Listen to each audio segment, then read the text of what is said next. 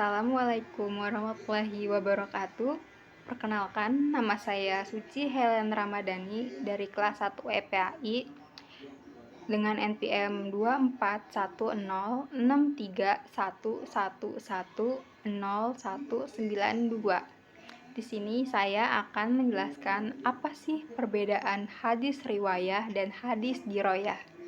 Sebelum masuk ke perbedaan ilmu hadis riwayah dan diroyah, kita harus mengetahui dulu tuh apa yang dimaksud dengan ilmu hadis. Ilmu hadis adalah ilmu yang membahas tentang persambungan hadis sampai kepada Rasulullah SAW dari segi hal ihwal para perawinya yang menyangkut kedobitan dan keadilan, dan dari bersambungnya dan terputusnya sanad dan sebagainya. Nah, ilmu hadis itu terbagi menjadi dua, yaitu ilmu hadis riwayah dan ilmu hadis diroyah. Selanjutnya, apa sih yang dimaksud dengan ilmu hadis riwayah?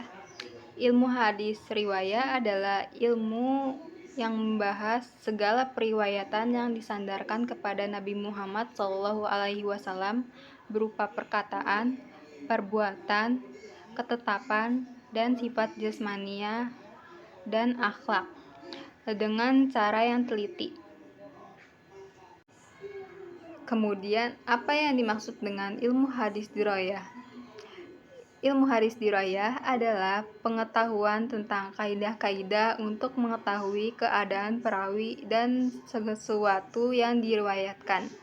Siapa itu perawi? Perawi itu adalah orang-orang yang membawa, menerima, menyampaikan berita dari Nabi yang disebut dengan sanad.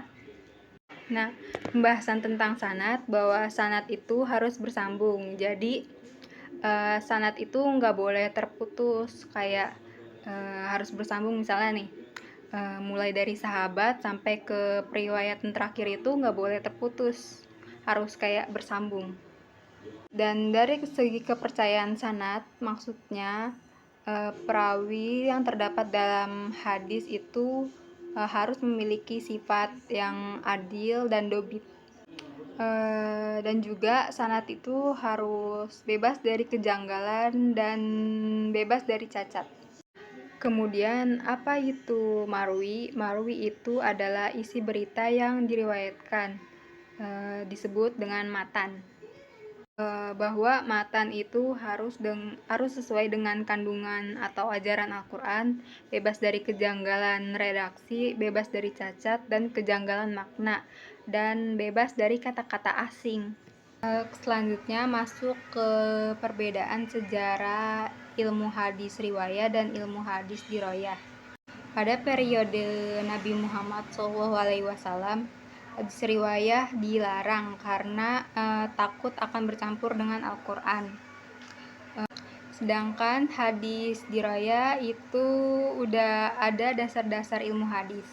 Kemudian pada periode sahabat, hadis riwayah itu disebut dengan masa pembatasan, yaitu dengan mensyaratkan itu harus bersumpah atau membawa saksi untuk menyampaikan hadis. Sedangkan hadis diroyah itu timbul secara lisan dan disertai saksi dan bersumpah sanad. Kemudian pada periode tabi'in, hadis riwayah ditulis dan dibukukan secara resmi atas perintah Khalifah Umar bin Abdul Aziz.